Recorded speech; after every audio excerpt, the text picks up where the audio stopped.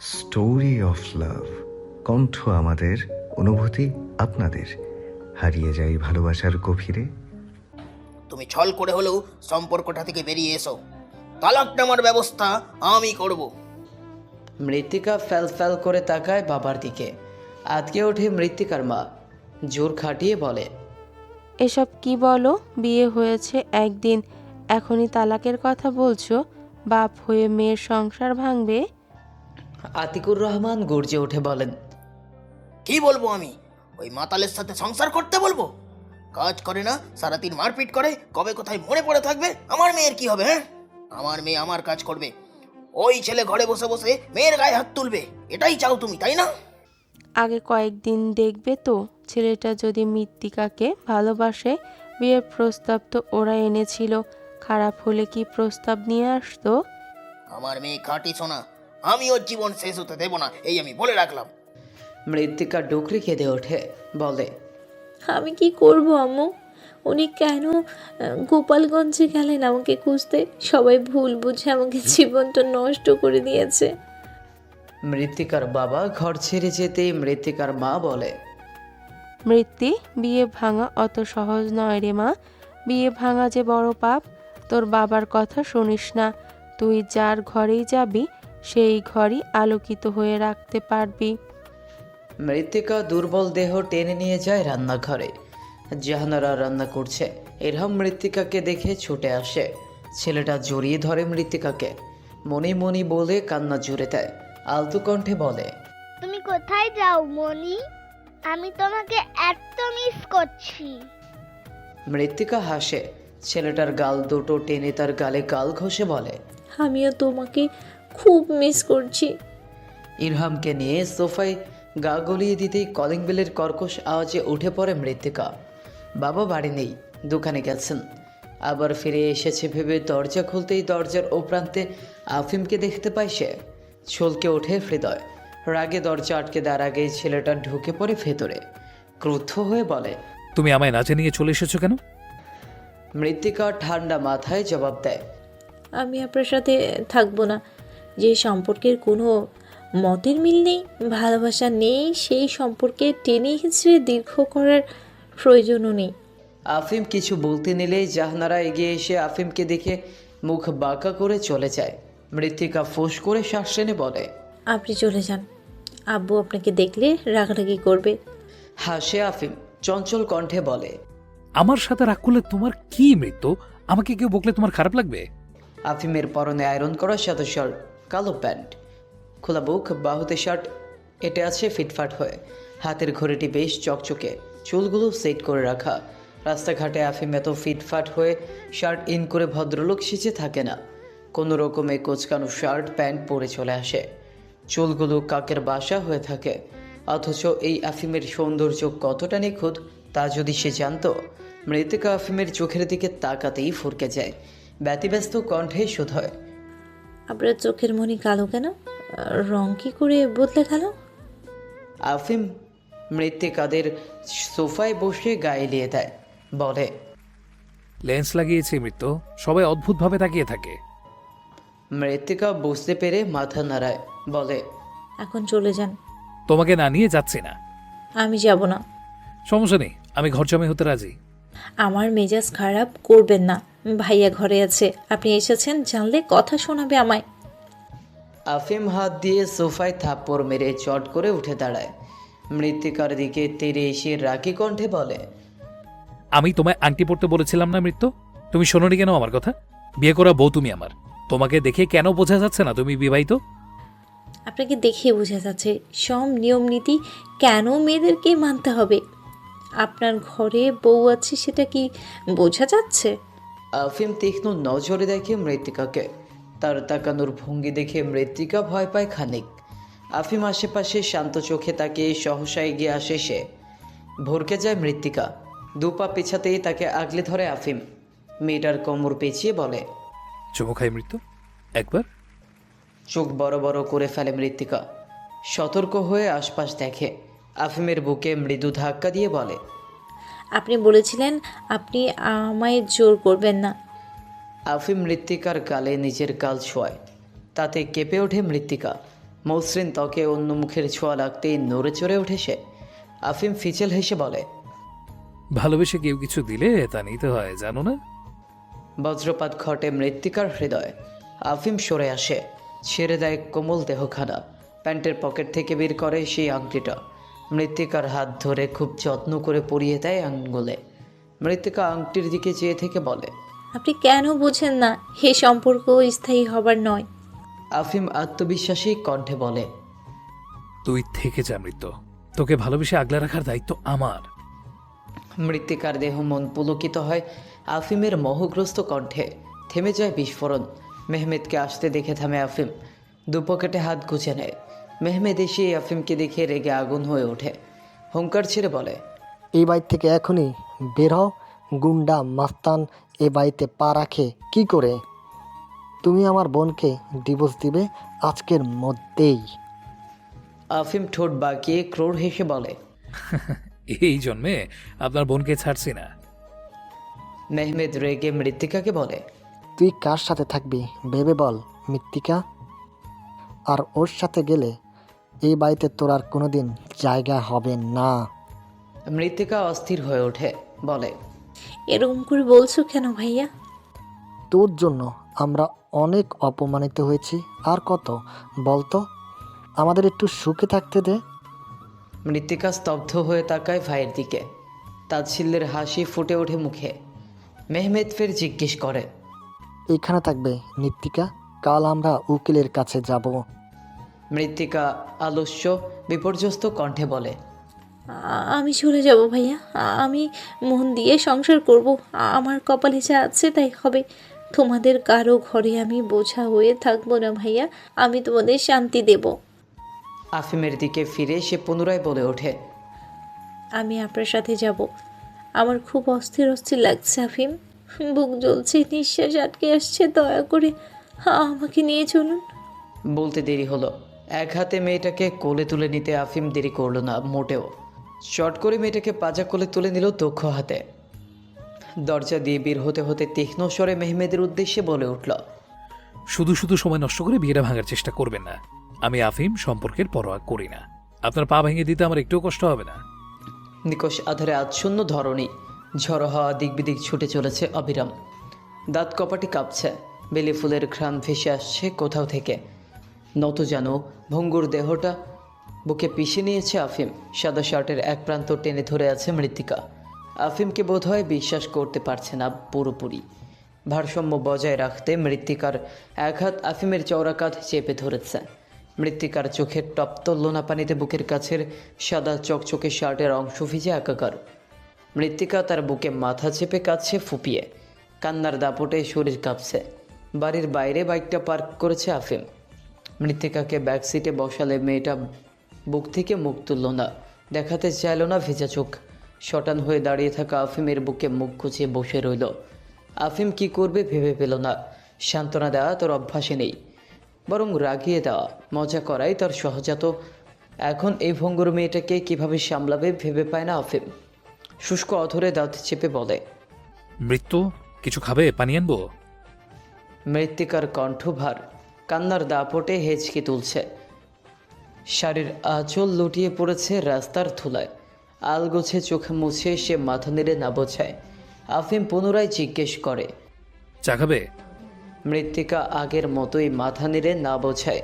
আফিম ফের শুধায়, লাচ্ছি কিনে দিই? মৃত্তিকা ভাঙা কণ্ঠে বলে, কিছুই খাবো না। মেজাজ বিগড়ে যায় আফিমের। সে ঠান্ডা স্বভাবের মানুষ মোটেই নয়। তার কথা কেউ না শুনলে সে রেগে যায়। কমল সুরে কথা বলার ধাঁচ নেই ছেলেটার। অল্পতেই হুটহাট মাথা গরম হয়ে যায় আফিমের। বেশিক্ষণ শান্ত থাকতে পারে না লোকটা। এবার কর্কশ সুরে বলে, মাইট খাবে মৃত্যু? প্রথমে কথাটি বুঝতে না পারলেও কয়েক সেকেন্ড বাদে আফিমের কথা ঠাউর হয় মৃত্তিকার। চট করে মাথা তোলে মেয়েটা। ভেজা পাপড়িগুলো মেলে ফ্যাল ফ্যাল করে তাকায় আফিমের দিকে। ছেড়ে দেয় শার্ট, দূরত্ব বাড়িয়ে বলে, আপনার কথাবার্তা এমন কেন? ব্যবহার ভালো করতে পারেন না? আফিম গম্ভীর স্বরে বলে, আমি ভালো ব্যবহারই করেছি। ভালো ব্যবহারে যদি এমন নমুনা হয় তাহলে খারাপ ব্যবহার কেমন হবে? মেজাজ খারাপ হলে আমার মুখ চলে না, সোজা হাত চলে। তটস্থ হয়ে নড়ে চড়ে বসে মৃত্তিকা। নিচু কণ্ঠে বলে, বউ পেটাবেন বুঝি? বউকে মারার ভিন্ন পন্থা আছে মৃত্যু। ওভাবে অন্য কাউকে আঘাত দেওয়া যায় না, বউকে আদুরে মার দিতে হয়, তুমি বুঝবে না। মৃত্তিকা চুপ করে যায়।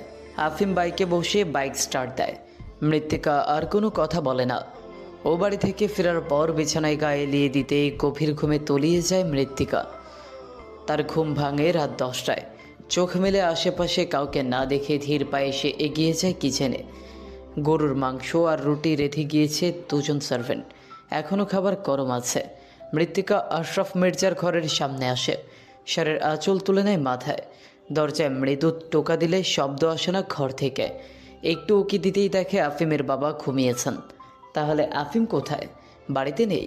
পুরো বাড়িটা ঘুরে দেখতে পা বাড়ায় মৃত্তিকা। এইখানে দোতলা ভবন, তবে দুটো ভবনই বিস্তৃত আর রুম অনেকগুলো। ড্রয়িং রুমের পাশ দিয়ে সিঁড়ি চলে গিয়েছে। ওপরে আফিমদের ঘর, নিচে রয়েছে খাবার টেবিল, কিচেন আর খালাদের জন্য ওয়াশরুম। মৃত্তিকা এক এক করে সব ঘর ঘুরে ফিরে আসে নিজের ঘরে। 11টা বেজে 15 মিনিট। আফিম এত রাতে কোথায় আছে? কোথায় বসে আড্ডা দিচ্ছে? বিছানা গোছাতে গিয়ে বালিশের নিচে সিগারেটের একটা প্যাকেট পায় মৃত্তিকা। প্যাকেটটা খোলা হয়নি, একদম নতুন। আশরাফ মির্জা ছেলের এই নেশা পছন্দ করেন না, তাহলে কেন আফিম সিগারেট ফুঁকে? ভাবতে গিয়ে মৃত্তিকার হঠাৎই মাথায় চেপে বসে। রাগের বসে সিগারেটের প্যাকেট টেনে ছিঁড়ে ফেলে। দুহাত দিয়ে প্যাকেটে থাকা সবগুলো সিগারেট ভেঙে ফেলে সে। দুর্গন্ধে গা গুলিয়ে আসে মৃত্তিকার, বমি পায়। তবুও রাগ দেখিয়ে সবগুলো সিগারেট নষ্ট করে ডাস্টবিনে ফেলে দেয় মৃত্তিকা।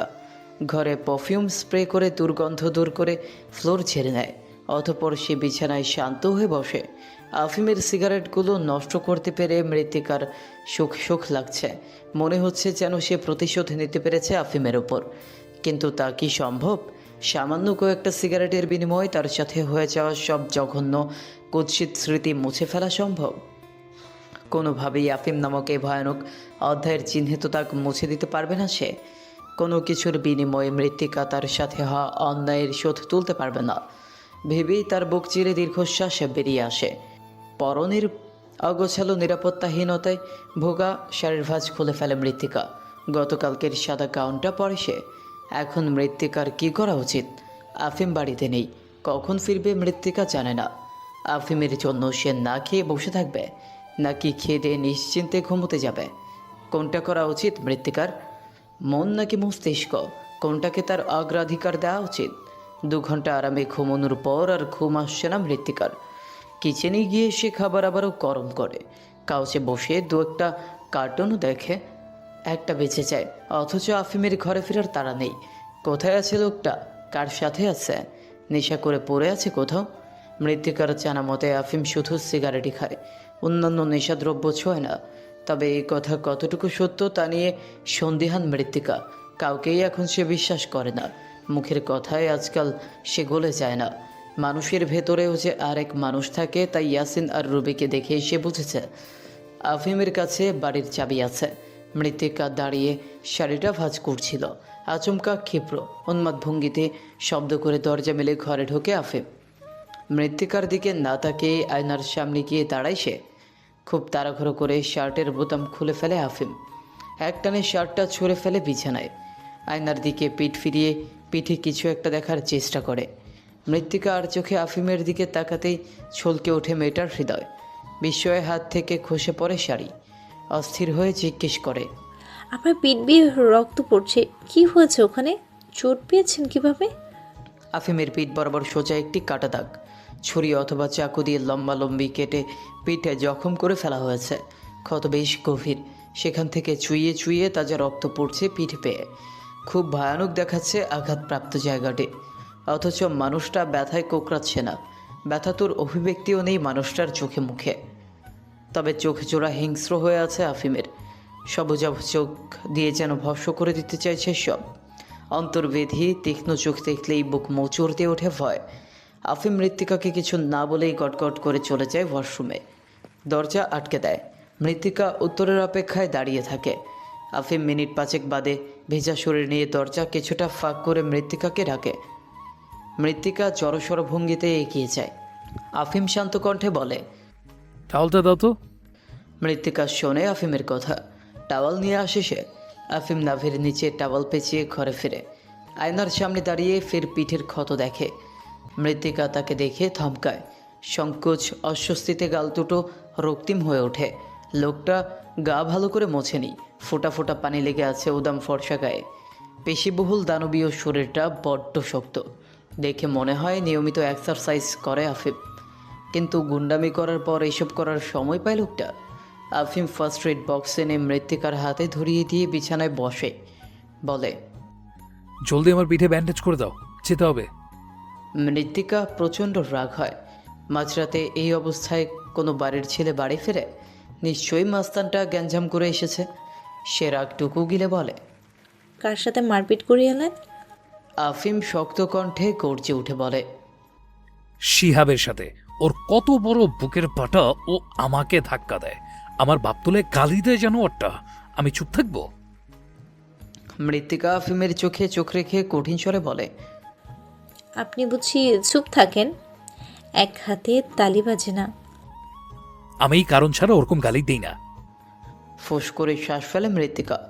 আফিমের পিঠের ক্ষতটা গভীর আর ভয়ঙ্কর দেখাচ্ছে। মৃত্তিকার হাত কাঁপছে, কিন্তু আফিমের অনুরোধ তো ফেলা যায় না। আহত ব্যক্তির সেবা করাও ধর্ম। মৃত্তিকা আফিমের ক্ষতস্থান স্যাবলন দিয়ে মুছে মেডিসিন লাগিয়ে দেয়। রক্ত পড়া কমাতে ব্যান্ডেজ বাহুমূলের নিচ দিয়ে পুরো শরীরে পেঁচিয়ে দেয়। শক্ত পোক্ত শরীর কেমন কুকড়ে ওঠে, চোখ জোড়া বুঝে নেয়। মৃত্তিকার আফসোস হয় আফিমের জন্য। মানুষটা ভালো হতে পারত, অন্যান্য ছেলেদের মতো কাজবাজ করে সুস্থ জীবনযাপন করতে পারত। অথচ সেসব ইচ্ছে আশা তার মাঝে নেই। ব্যান্ডেজ শেষ হতেই মৃত্তিকা ফার্স্ট এড বক্স রেখে দিয়ে বলে, খেয়ে এসেছেন নাকি খাবার দেব? আফিম দেখে মৃত্তিকা কোমল শান্ত মেয়েটি আজ বড়ই চুপচাপ।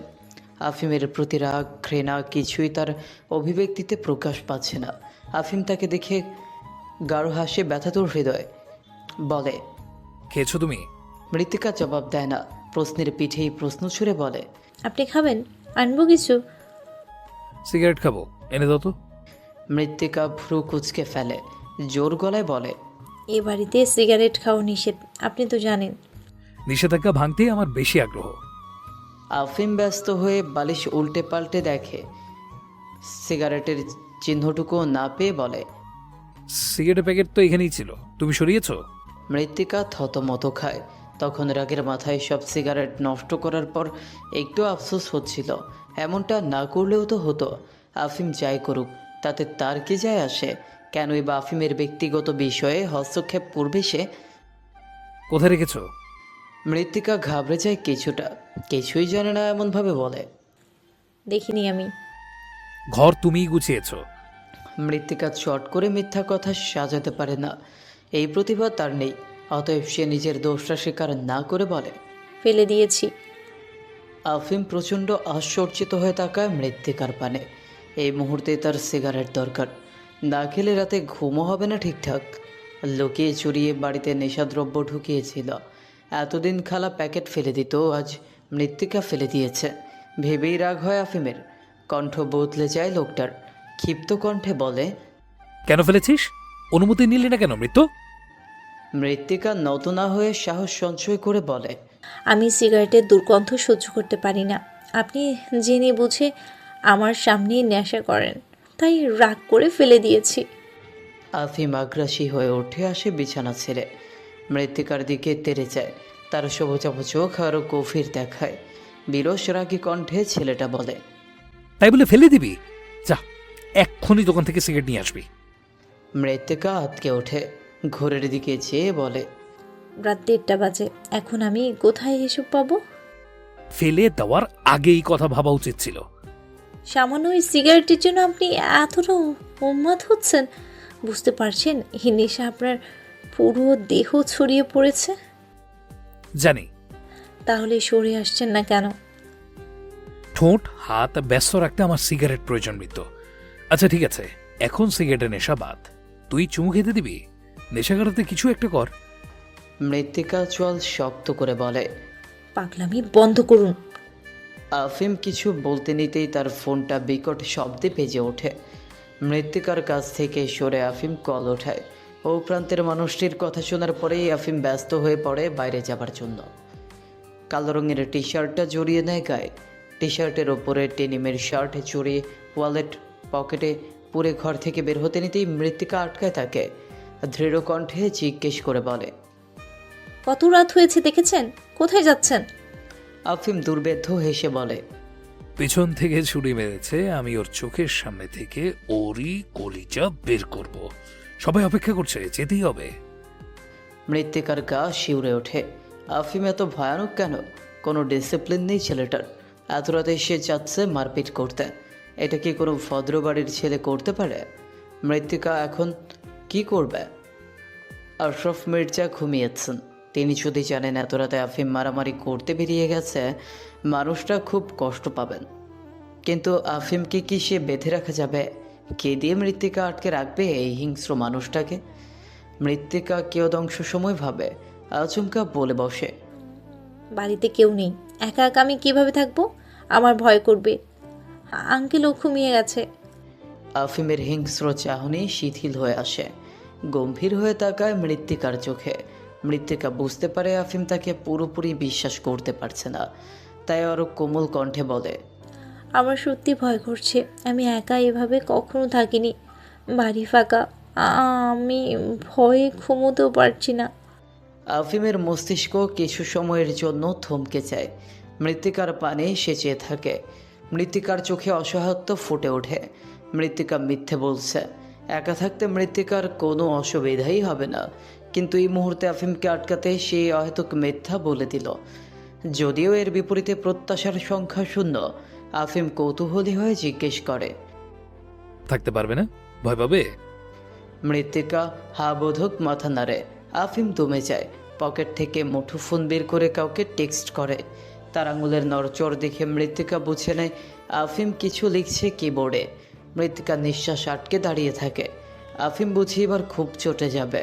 আফিম ফোনটা ছুড়ে দেয় বিছানায়। ওয়ালেটটা বের করে পকেট থেকে শার্ট খুলে সেটি কাভার্ডে রাখতে রাখতে শান্ত কণ্ঠে বলে, ঠিক আছে, যাচ্ছি না। হতভম্ব হয়ে গেল মৃত্তিকা। বিশ্বাস করতে পারল না আফিমের বলা বাক্যটি। আশরাফ মির্জা নিশ্চয়ই বছরে বহুবার আফিমকে এই পথ থেকে সরানোর চেষ্টা করেছেন। আফিম তার কথা শোনেনি, মানেনি কোনো নিষেধাজ্ঞা, ভয় করেনি নিজের পিতাকে। কিন্তু আজ মৃত্তিকার এক কথায় মানুষটা দমে গেল, ভুলে গেল প্রতিশোধ, কমে গেল হিংস্রতা। কিভাবে সম্ভব? আফিম তাকে এতটা গুরুত্বপূর্ণভাবে, এতটা মানে কই আগে তো মনে হয়নি আফিম কাউকে তোয়াক্কা করে, কারো অনুরোধ তার পাষণ্ড হৃদয়কে দমিয়ে ফেলে। সন্দিহান বিস্মিত শুষ্ক কণ্ঠে মৃত্তিকা শুধায়, আপনি সত্যি যাচ্ছেন না মারপিট করতে? বাড়িতেই থাকবেন? আফিম মুখ টিপে হাসে মৃত্তিকার অগোচরে। গম্ভীর ভাব ফুটিয়ে তুলে বলে, তুমি তো বলে ভয় পাচ্ছ। আমি বললাম বলে আপনি থেমে গেলেন। বিস্ময়ে আঁখে জোড়া বেরিয়ে আসার উপক্রম। বিশ্বাসই করতে পারছে না আফিমের এত সহজ আচরণ। আফিম তাকে দেখিয়ে এগিয়ে এসে বলে, এমনি এমনি আমি কারোর জন্য কিছু করি না। আমি তোমার জন্য প্ল্যান ক্যান্সেল করেছি, তোমাকে আমার জন্য কিছু করতে হবে। কণ্ঠনালী আটকে আসে মৃত্তিকার।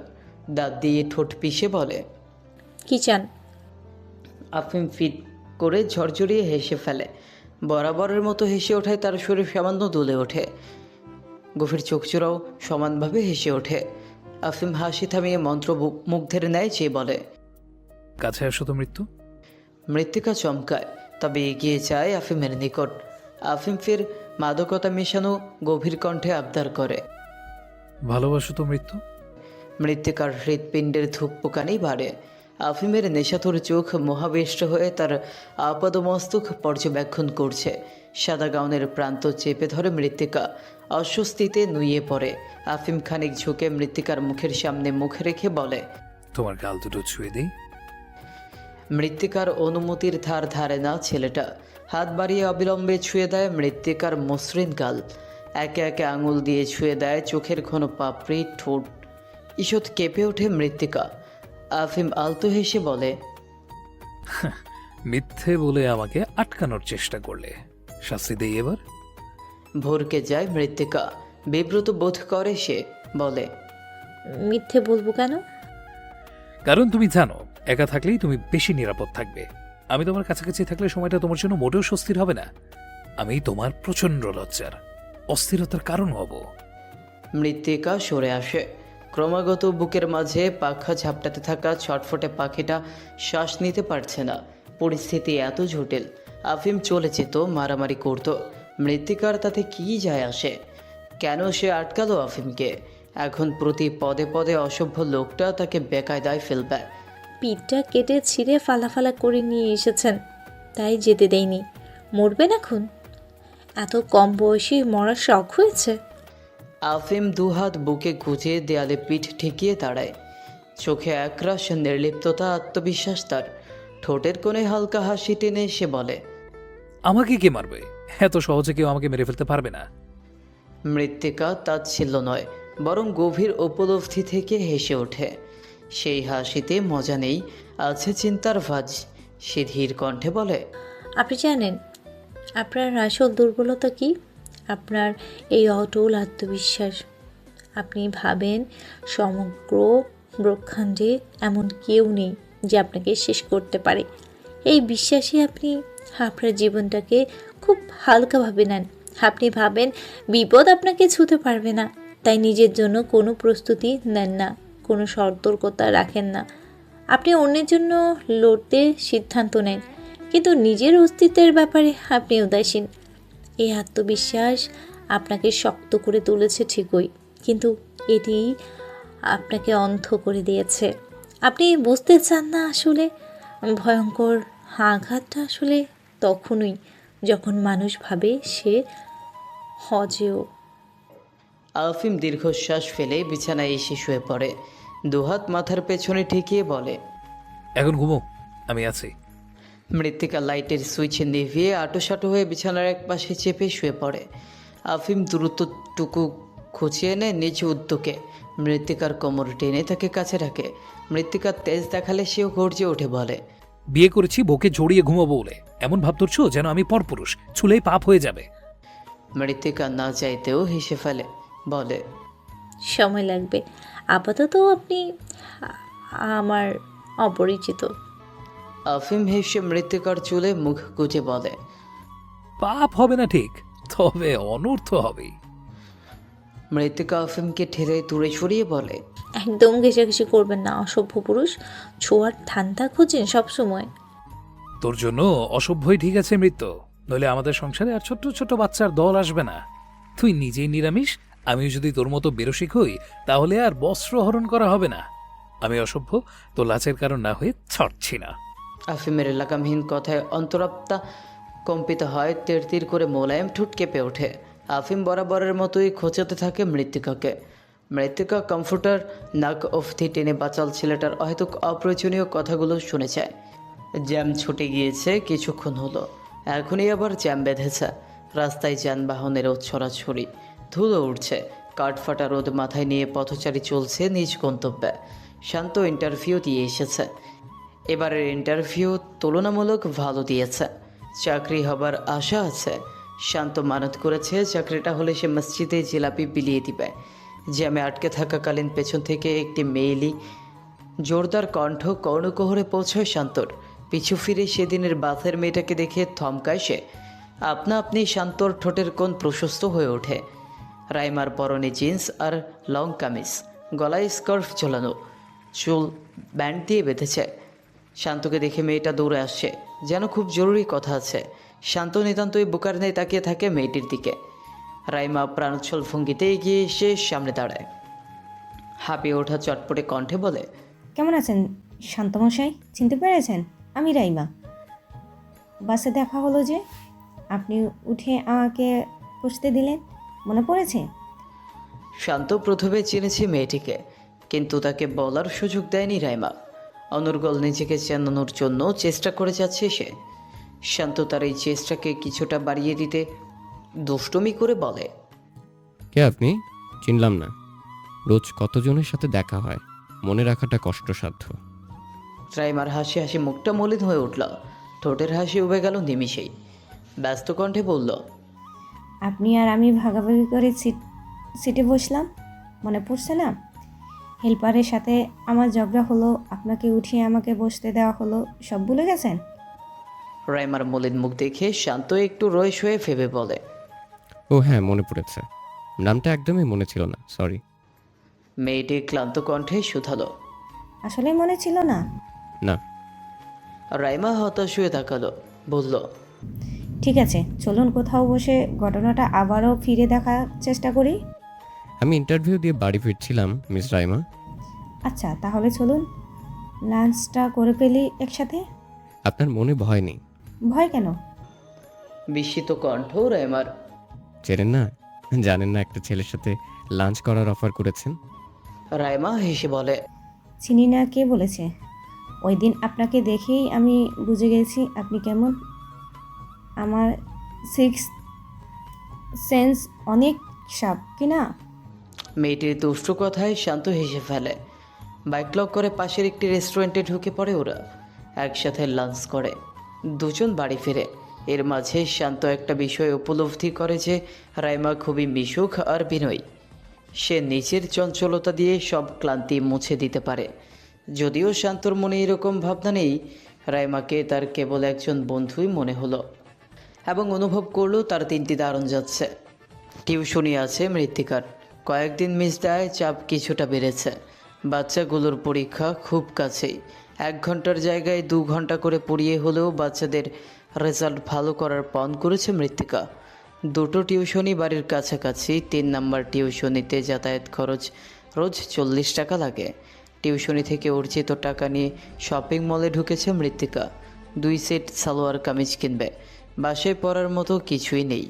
আশরাফ মির্জা তার ক্রেডিট কার্ড মৃত্তিকাকে দিয়েছেন, বলেছেন মৃত্তিকার প্রয়োজন মতো খরচ করতে। এতে মৃত্তিকার মন সায় দেয়নি। আফিম নিজেই বেকার, বাপের টাকায় চলাফেরা করে। এখন স্বামী স্ত্রী দুজনেই বয়স্ক লোকের কামাইয়ে চলবে, বিষয়টা খুব লজ্জাজনক। নিজের কাছে নিজেকে ছোট মনে হবে। স্বামী থাকতে কেন সে শ্বশুরের টাকা উড়াবে?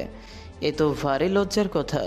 মৃত্তিকা স্বাধীনচেতা, স্বনির্ভরশীল নারী, কারো কাছে হাত পাতার প্রয়োজন তার নেই। নিজের ইনকামে মৃত্তিকা সন্তুষ্ট। কয়েকটা কাপড় মেলে দেখতে দেখতে কল আসে আফিমের। মৃত্তিকার ঠিকানা জানতে চায় আফিম। তাকে বাড়িতে পৌঁছে আফিম একটা কাজে যাবে। মৃত্তিকা না চাইতেও ঠিকানা দিয়ে দেয়। ঘুরে ঘুরে কাপড় দেখে। একটা সুন্দর শাড়িতে মৃত্তিকার চোখ আটকেছে। সবুজ রঙের শাড়ি, শাড়ির পারে সোনালি সুতোর কারুকাজ করা, শাড়িটার ভেতরেও কাজ করা। আঁচলটা অনেক বেশি আকর্ষণীয়, তবে দামটা চড়া, 15,000 টাকা। এত টাকা দিয়ে শাড়ি কেনার মুরত নেই মৃত্তিকার। সে উল্টে পাল্টে কামিজ দেখতে থাকে।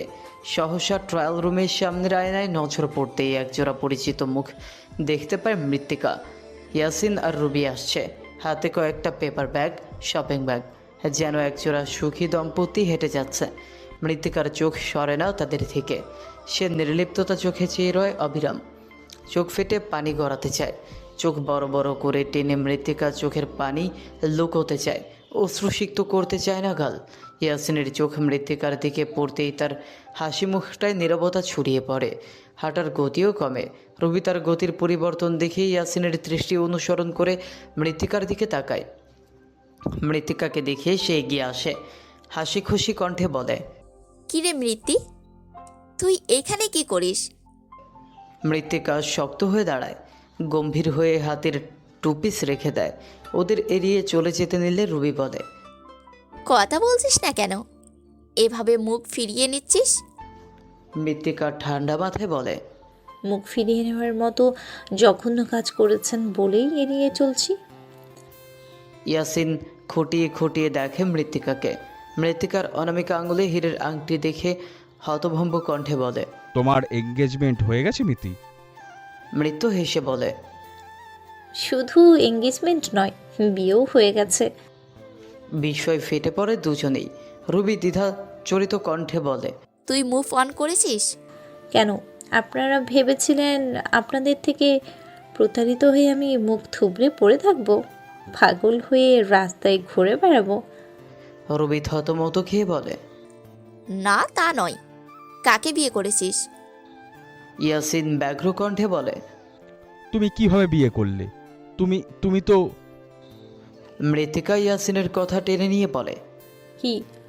হ্যাঁ, আপনাকে ভালোবাসতাম, এটাই তো বলতে চাইছেন? অপাত্রে ভালোবাসা দান করেছি, ভুল বুঝতে পেরে সরে এসেছি। এখন শুধু আপনাদের জন্য করুণা হয়। জানেন আপনারা আমাকে ভাঙতে কতটা নিচে নেমেছেন দেখেছেন? আয়নার নিজেকে দেখে চোখ নামিয়ে নেন না, দেখেন না ভেতরে কুৎসিত সত্তা। আক্রোশে ফেটে পড়ে মেয়েটা, ভুলে যায় স্থানকাল। পুরনো ক্ষত খুঁচিয়ে তকতকে ঘা বানিয়েছে এরা। এখন মৃত্তিকার জীবনে আনন্দের রেশও নেই, বিভীষিকা হয়ে দাঁড়িয়েছে সব। বাইকের চাবি আঙুলে ঘুরিয়ে শপিং মলে আফিম ঢুকে পড়ে তখনই। মৃত্তিকার সাথে ইয়াসিনদের দেখে প্রথমে তার পা থমকায়, রাগ হয় খুব। পরক্ষণেই রাগ সরিয়ে মুখে ফুটে ওঠে হাসি। এগিয়ে এসে মৃত্তিকার কাছে এসে মৃত্তিকার কাঁধে জড়িয়ে ধরে, হাত বাড়িয়ে দেয় ইয়াসিনের দিকে। হ্যালো, আমি আফিম মির্জা, মৃত্তিকার হাজব্যান্ড। ইয়াসিন হাত বাড়াতেই আফিম সরিয়ে ফেলে নিচের হাত, বলে, আপনাকে চিনি। ওই যে উত্তেজনায় ভেসে ভেসে ফিয়ন্সার ফ্রেন্ডকে নিয়ে ঢলাঢলি করতে গিয়ে ধরা পড়া ভণ্ড গর্ধব না আপনি? নিজের পরিচয় এভাবে পেয়ে ক্ষুব্ধ হয়ে পড়ে ইয়াসিন, বলে, মুখ সামলে কথা বলবেন। আফিম হেসে বলে, ওকে, রিল্যাক্স। সত্য কথা শুনলে এত জ্বলেন কেন? হ্যাঁ, আপনার বউ ধোয়া তুলসী পাতা। 2 বছর আমার হাজবেন্ডের সাথে প্রেম করে 2 দিনেই প্রাঙ্গণকে ভুলে বিয়ে করে ফেলেছে। সে আবার কেমন মেয়ে? মৃত্তিকার বুক কেঁপে ওঠে। ওরা কি শুধরাবে না? এত কিছুর পরেও বদলাবে না নিজেদের? চড়া গলায় বলে যাচ্ছে, সব দোষী বানাচ্ছে তাকে। আফিম সহসা রেগে ওঠে, রবির দিকে গালি ছুড়ে বলে, জিভ কেটে কুত্তা দিয়ে খাওয়াবো। মৃত্তিকার সাথে তোর ওই নর্দমার কীট দুমুখ জামাইয়ের তুলনা করবি না। তোর বরের মাইয়া মানুষ দেখলেই জিভ বেরিয়ে আসে, তুই আবার গলা উঁচিয়ে কথা বলিস। রতনে রতন চেনে আর শুয়োরে চেনে কচু। তোদের দুজনকেই মানিয়েছে। 12 ভাতার আরেক 12 ভাতার কি পেয়েছে। একটু থেমে সে শাসিয়ে বলে, আর একবার তোদের মৃত্যুর আশেপাশে দেখি, বাপের নাম ভুলিয়ে ছাড়বো। আফিমকে কে না চেনে? তার হিংস্রতা সকলের জানা। রবি থমকে যায়। মেয়েদেরকেও এইভাবে গালি দিতে পারে তার জানা ছিল না। সবাই এদিকে তাকিয়ে আছে। সেই ইয়াসিনের হাত ধরে হন্তদন্ত হয়ে বেরিয়ে যায় মল থেকে। তবে মনে মনে প্রতিজ্ঞা করে আফিমকে একটা শাস্তি তারা দিবেই। আফিমের সাথে মৃত্তিকার আর কোনো কথা হয় না। দুজনেই চুপচাপ বাইকে চড়ে বাড়ির গেটে ফেরে। মৃত্তিকাকে বাড়িতে নামিয়ে আফিম বাইক ঘুরিয়ে নেয়, বলে, একটু কাজ আছে, বাড়ি যাও। একটু মাংস রাঁধবে, সাথে ডাল, এসে খাবো। মৃত্তিকা কৃতজ্ঞতা সূচক আফিমের জন্য মাংস রান্না করে, ডাল রাঁধে, চিংড়ি মাছ ভুনা করে। আশরাফ মির্জাকে ভাত বেড়ে খাইয়ে সে আফিমের জন্য অপেক্ষা করে। বিকেল পেরিয়ে সন্ধ্যা পেরিয়ে রাত চলে যায়, আফিম আর ঘরে ফিরে না। পরদিন সকালেও আফিমকে ঘরে পাওয়া যায় না। বেশ কয়েকবার বাড়ির ফোন থেকে আফিমকে কল করেছে মৃত্তিকা, ওর ফোন বন্ধ দেখাচ্ছে। মৃত্তিকা অপেক্ষা করে আফিমের জন্য। সে টিউশনিতে যায়, ফিরে আসে ক্লান্ত হয়ে। বাড়ির কাজ বাইরের কাজ এক হাতে গোছায়, কিন্তু আফিম ফিরে না। টানা 4 দিন ধরে আফিমের খোঁজ নেই। সে কোথায় আছে তা কেউ জানে না। মরে গেছে কি বেঁচে আছে সে নিয়েও সংশয়। আশরাফ মির্জা নির্বিকার। তাকে আফিমের কথা জানানো হলে তিনি প্রতিক্রিয়া দেখাননি, কেবল শুষ্ক কণ্ঠে বলেছেন, দেখো মার খেয়ে কোথাও পড়ে আছে কিনা, বেঁচে থাকলে ফিরবে, নয়তো লাশটুকু মিলবে না। বাবা হয়ে কিভাবে এত কঠিন কথা বলতে পারলেন মৃত্তিকা জানে না। আফিমের জন্য সে মরে যাচ্ছে এমনটা নয়, খুব বেশি চিন্তাও হচ্ছে না, কেবল জানতে ইচ্ছে করছে আফিম বেঁচে আছে কিনা। সেদিনের ঘা এখনও শুকায়নি। আঘাতপ্রাপ্ত পিঠ জুড়ে সফেদ ব্যান্ডেজ বেঁধে দিয়েছিল মৃত্তিকা। সে আঘাতের ওখানেই কি কেউ পুনরায় আঘাত করেছে? আদৌ বেঁচে আছে আফিম, নাকি তার আত্মবিশ্বাস তাকে ধূলিসাৎ করে দিয়েছে? সময় চলে যাচ্ছে নিজ নিয়মে। সপ্তাহ চলে যায়, আফিমের খোঁজ মেলে না। বাতাসের ন্যায় সে উবে গিয়েছে, তার চিহ্নটুকু নেই শহরের কোথাও। আশ্চর্যজনকভাবে মৃত্তিকা খোঁজ চালিয়েও তার হদিস পায় না। বিয়ের 3 দিনের মাথায় স্বামীর নিখোঁজ সংবাদে তার কতটা ব্যথিত হওয়া উচিত, কতটা শোক পালন করা উচিত মৃত্তিকার। আশরাফ মির্জা বাড়ি ফেরার পর খাবার খাননি। মৃত্তিকা জিজ্ঞেস করেছিল খাবার দিবে কিনা, তিনি কিছুই বললেন না। মৃত্তিকা বুঝতে পারে বাবার মতো মানুষটাকে। প্রথমে অনেকটা হম্বিতম্বি করলেও সপ্তাহে খানিক সময় চলে যাওয়ার পরে আফিমের সংবাদ না পেয়ে তিনি আতঙ্কিত। ভাত গেলেন খুব কষ্ট করে। বাইরে থেকে তাকে খুব শক্ত দেখা যায়, মনে হয় ছেলের জন্য তার কোনো চিন্তাই নেই। অথচ ভেতরে ভেতরে যে বাবার হৃদয়টা কেঁদে ওঠে তা মৃত্তিকা বোঝে। রাতে আশরাফ মির্জা ও মৃত্তিকা কেউই ডিনার করলো না। আশরাফ মির্জা গুমরা মুখে চলে গেলেন ঘরে। একা একা ভালো লাগছিল না বলে মৃত্তিকা তার শ্বশুর বাবার ঘরের সামনে আসে। দরজার ফাঁক দিয়ে দেখে বয়স্ক মানুষটা দেয়ালে টানানো আফিমের ফটো ফ্রেমের দিকে নিষ্পলক দৃষ্টিতে তাকিয়ে আছে। চোখ দুটো ঝাপসা হয়ে উঠেছে। কে পেছন থেকে দেখতে পারে না মৃত্তিকা। দরজায় করাঘাত করে সে। তাকে দেখে আশরাফ মির্জা নড়ে চড়ে দাঁড়ান, শক্ত আবরণ উন্মুক্ত করে বলেন, এসো মা। মৃত্তিকা এগিয়ে আসে, ক্লান্ত হেসে বলে, ছেলেকে বড্ড ভালোবাসেন তাই না বাবা? বাবা ডাক শুনে চমকালেন আশরাফ মির্জা।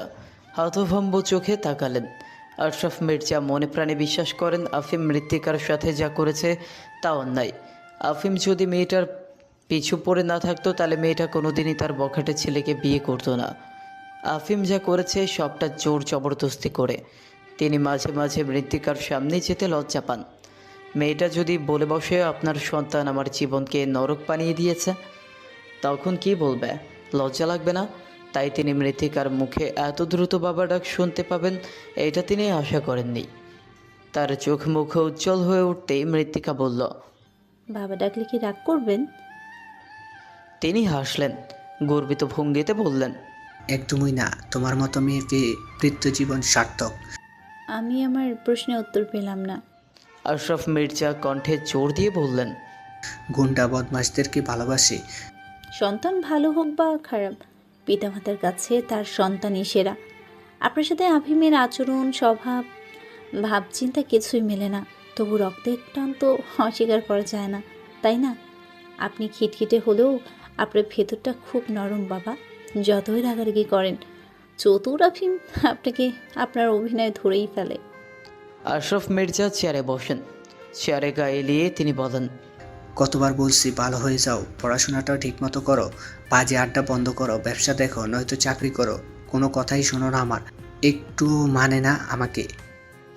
বলতে গিয়ে ভদ্রলোকের চোখ ছলছল করে ওঠে। মৃত্তিকার চোখ ভরে ওঠে। আশরাফ মির্জা কম্পিত কণ্ঠে বলেন, কোথায় আছে, খেয়েছি কিনা কিছুই জানি না। একটা ফোন বা মেসেজ তো দিতে পারে। কার সাথে মারামারি করে, কোথায় বেহুশ হয়ে পড়ে আছে কে জানে। মৃত্তিকা বুঝতে পারে বাবার যন্ত্রণা, বলে, আপনার কাছে ঘুমের ওষুধ আছে বাবা? আছে আপনার কাছে? অনেক দিন হলো রাতে ঘুম হয় না, আজ একটু ঘুমোবো। ততক্ষণে যেন আফিম মির্জা চলে আসে কেমন। আমি ওনার জন্য আজও রান্না করেছি, ও আসলে আমি একটু ডেকে দেবেন বাবা? আশরাফ মির্জা দেখলেন মেয়েটাকে। মেয়েটার আলোহীন ভবিষ্যৎ উপলব্ধি করতে পেরে বুক ভার হয়ে আসে আশরাফ মির্জার। দীর্ঘশ্বাস ফেলে ছোট্ট টেবিলের ওয়ার্ড্রোব খুলে ঔষধের পাতা বের করে দেন মৃত্তিকাকে। মৃত্তিকা ঔষধের পাতা নিয়ে ঘরে ফিরে আসে। আজ তার ঘুমোতে ইচ্ছে করছে। ঘুমোলে কি আফিম ফিরবে? সময়টা কত তার ধারণা নেই, তবে রাত গভীর হয়েছে। থাই গ্লাসের ফাঁক গলিয়ে দৃশ্যমান হচ্ছে না আলো। সমস্ত ধরনই আধারে তলিয়ে আছে। মৃত্তিকার চোখে ঘুম নেই। আজকাল রাতে ঘুম আসে না। কোথাও যেন একটা দুশ্চিন্তা ভেতরে বাসা বেঁধে আছে। আফিমের হদিশ নেই। কোথায় কিভাবে আছে ছেলেটা তা কেউ জানে না। আশরাফ মির্জা নির্বিকার, কোনো রকম আওয়াজ তোলেন না আফিমকে ঘিরে। তিনি আজকাল একেবারেই নিশ্চুপ হয়ে গেছেন। কথাবার্তা খুব একটা বলেন না, তবে মৃত্তিকার সাথে ভীষণ আন্তরিক তিনি। মৃত্তিকা দু একবার আফিমের খোঁজ নেওয়ার কথা বলে বিশেষ লাভ করতে পারেনি। আশরাফ মির্জার ধারণা আফিম যদি সুস্থ থাকে তাহলে ফিরে আসবে, আর যদি না থাকে তাহলে আসবে না। তবে একটা খবর অন্তত জানা গেছে, তাহলে রূপক, রায়নার শান্ত নিখোঁজ। ওদের বাবা মা তন্ন তন্ন করে খুঁজছে ওদের। ওরা চারজন হয়তো একসাথেই আছে, কিন্তু কী অবস্থায় আছে কে জানে। মৃত্তিকা ঘুমানোর চেষ্টা করে। বালিশে মাথা ঠেকিয়ে বিভোর হয়ে ভাবে নিজের ভবিষ্যতের কথা। আফিম যদি কখনোই না ফেরে তাহলে তার কি হবে? এখানেই পড়ে থাকবে নাকি ফিরে যাবে পরিবারের কাছে? মৃত্তিকার পরিবারের কেউ কল করেনি একমাত্র মৃত্তিকার মা ছাড়া। মৃত্তিকার মা আফিমের খোঁজ মিলেছে কিনা তা জানার জন্য কল করেছিল। ও বাড়ির সবার ধারণা আফিম ফিরবে না। ফিরলে এতদিনে ফিরে আসতো, অন্তত যোগাযোগটুকু করত। হাহাকার ও বাড়িতেও ছড়িয়ে পড়েছে। কেবল নির্জীব মৃত্তিকা আর আশরাফ মির্জা। আফিম হয়তো কোথাও লাশ হয়ে পড়ে আছে। নয়তো লুকিয়ে আছে কোথাও। মৃত্তিকার বাবা জানিয়েছেন কয়েকদিনের মধ্যে আফিমের সন্ধান না পাওয়া গেলে ওদের ডিভোর্স দিয়ে তিনি আবার ভাববেন। মৃত্তিকা দ্বিমত পোষণ করেনি, ভাগ্যের উপর সবটা ছেড়ে দিয়েছে। আরও কিছুক্ষণ পর দরজায় খটখট আওয়াজ শুনতে পায় মৃত্তিকা। ঘরের দরজা সে ভেতর থেকে আটকে রাখে, ব্যালকনির দরজাও বন্ধ রাখে, নইলে ভয় লাগে। কিন্তু এত রাতে কে এসেছে? এত ধীরেই বা কেন দরজা ধাক্কাচ্ছে? মৃত্তিকা শোয়া থেকে উঠে বসে, গায়ের অন্যটা ভালোভাবে জড়িয়ে নেয় বুকেও পিঠে। দরজার কাছে ঘেঁষে এসে দাঁড়িয়ে জিজ্ঞেস করে, কে? বাবা?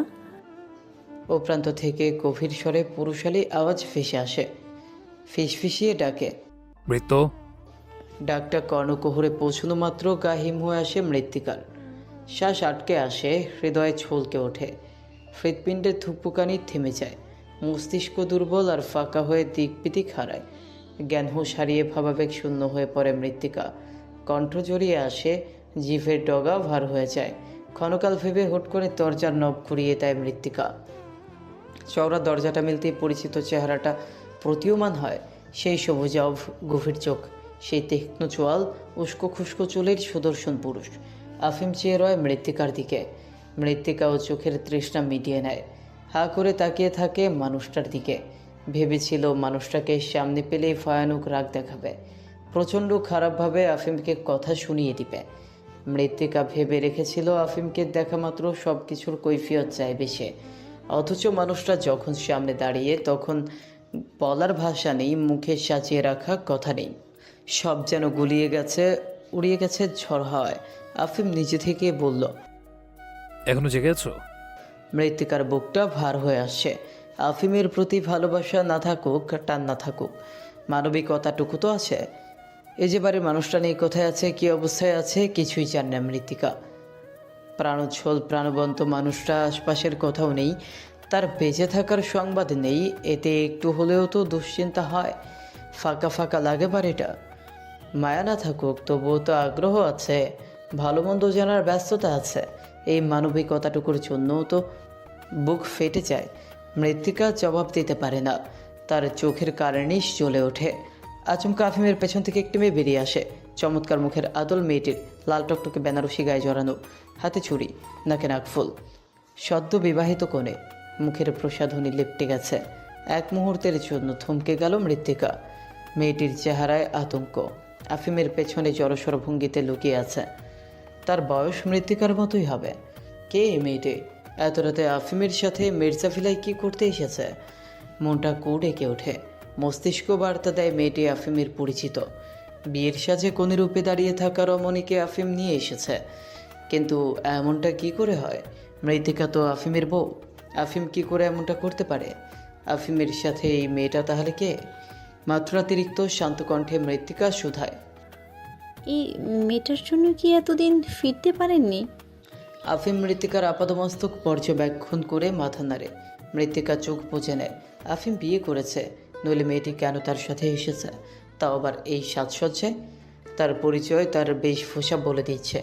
চোখ মেলে মৃত্তিকা ঘন ঘন শ্বাস ফেলে বলে, আপনিও আমাকে ঠকালেন। দ্বিতীয়বারের মতো বাজেভাবে ঠকে গেলাম আমি। এত নিখুঁত, এত ভয়ানক। মৃত্তিকার গা দুলছে। সে সরে দাঁড়ায় দরজার সামনে থেকে। মেয়েটি নীরব, নরম চোখ জোড়া ভরসা পেতে আফিমকে দেখছে।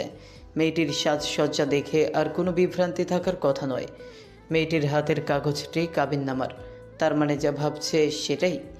মৃত্তিকা খানিক বাদে গাল ফোরে হেসে বলে, আমি চলে যাব?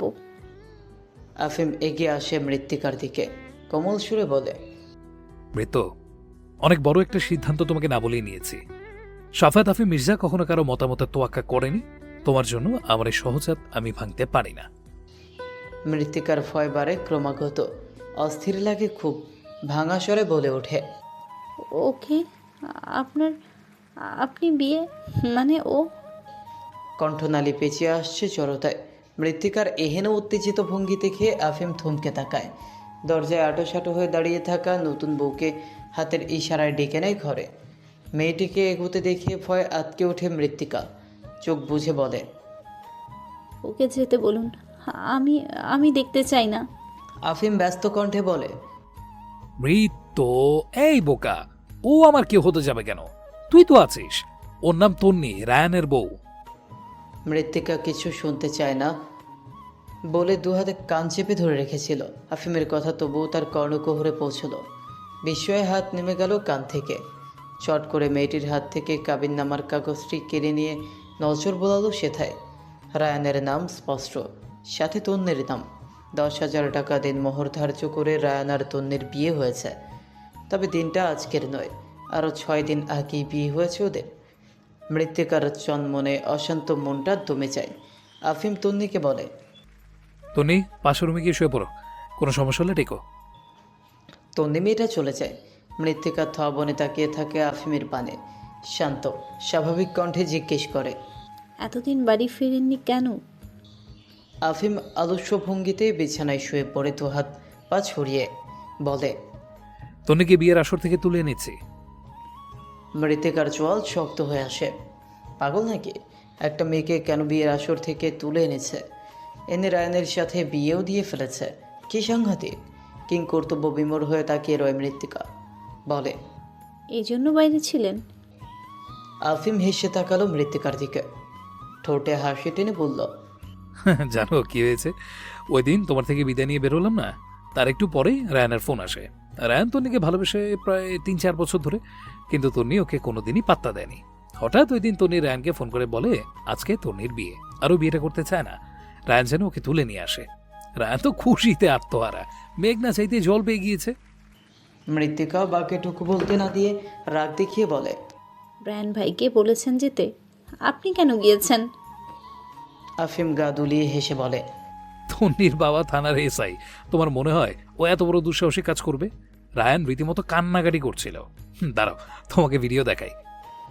বলেই আফিম শোয়া থেকে উঠে ফোন বের করতে উদ্যত হয়। মৃত্তিকা চটে গিয়ে বলে, রাখুন আপনার ফালতু মজা। এতগুলো দিন বাইরে ছিলেন, একটা টেক্সটও তো পাঠাতে পারতেন। আরে বোকা, তন্নিরা চট্টগ্রাম থাকে, আমরা সবাই চট্টগ্রামে গিয়ে ওকে তুলে এনেছি। এসআই তার পুলিশ ফোর্স নিয়ে পুরো 1 সপ্তাহ আমাদেরকে কুত্তার মতো খুঁজেছে। আমরা সবাই ফোন অফ করে রাখতে বাধ্য হয়েছিলাম, ওরা সবার নাম্বার ট্র্যাক করছিল। আফিম পুনরায় বলে, একদিন আমরা লুকিয়ে লুকিয়ে থেকেছি, ঠিকমতো খেতে পারিনি, ঘুমোতে পারিনি। তন্নিকে তুলে এনে রায়ানের সাথে বিয়ে পড়িয়ে দিয়েছি।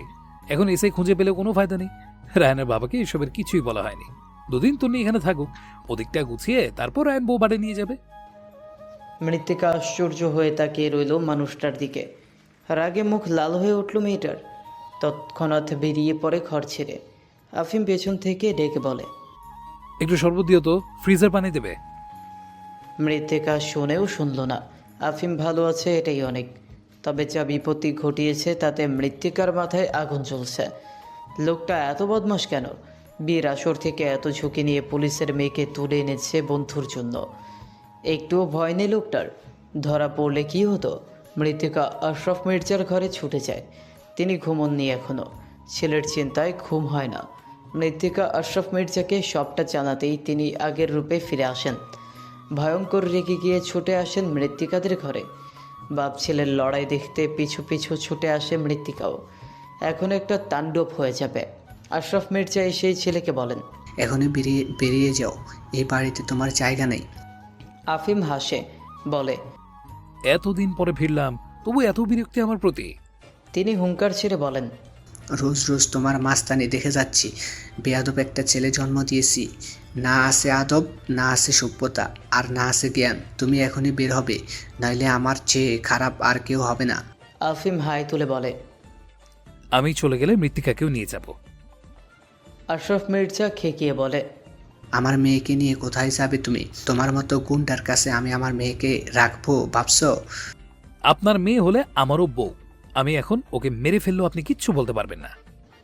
তরতর করে রাগ বাড়ে আশরাফ মির্জা। বলে, দাঁড়াও, দারোয়ান ডেকে তোমাকে আমি বাড়ি থেকে বের করব।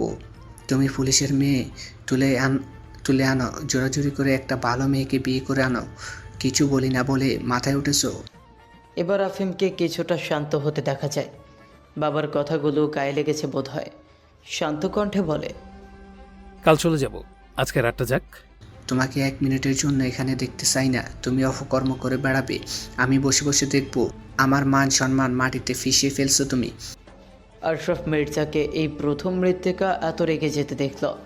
তিনি রাগে রীতিমতো ঠকঠক করে কাঁপছেন। মনে হচ্ছে এই বুঝি টেনে হিসড়ে আফিমকে বেধড়ক পেটাবেন। মৃত্তিকার ভয় হয় কিছুটা। আফিম তীব্র চিৎকার সহ্য করতে না পেরে বেরিয়ে যায় বাড়ি ছেড়ে। যাবার পথে বিড়বিড় করে বলে, যাচ্ছি, আর ফিরবো না। চেঁচামেচি শুনে পাশের ঘর থেকে তন্নি নামের মেয়েটি বেরিয়ে আসে। আশরাফ মির্জার সামনে এসে নতকণ্ঠে বলে, আঙ্কেল, আফিম ভাইয়াকে তাড়াবেন না। আমি বলেছিলাম বিয়েতে আমার মত নেই, তাই ভাইয়া আমাকে নিয়ে এসেছে। তন্নির কথা গায়ে মাখলেন না আশরাফ মির্জা। আফিমকে তাড়িয়ে তিনি রেগে মেগে ঘরে চলে গেলেন।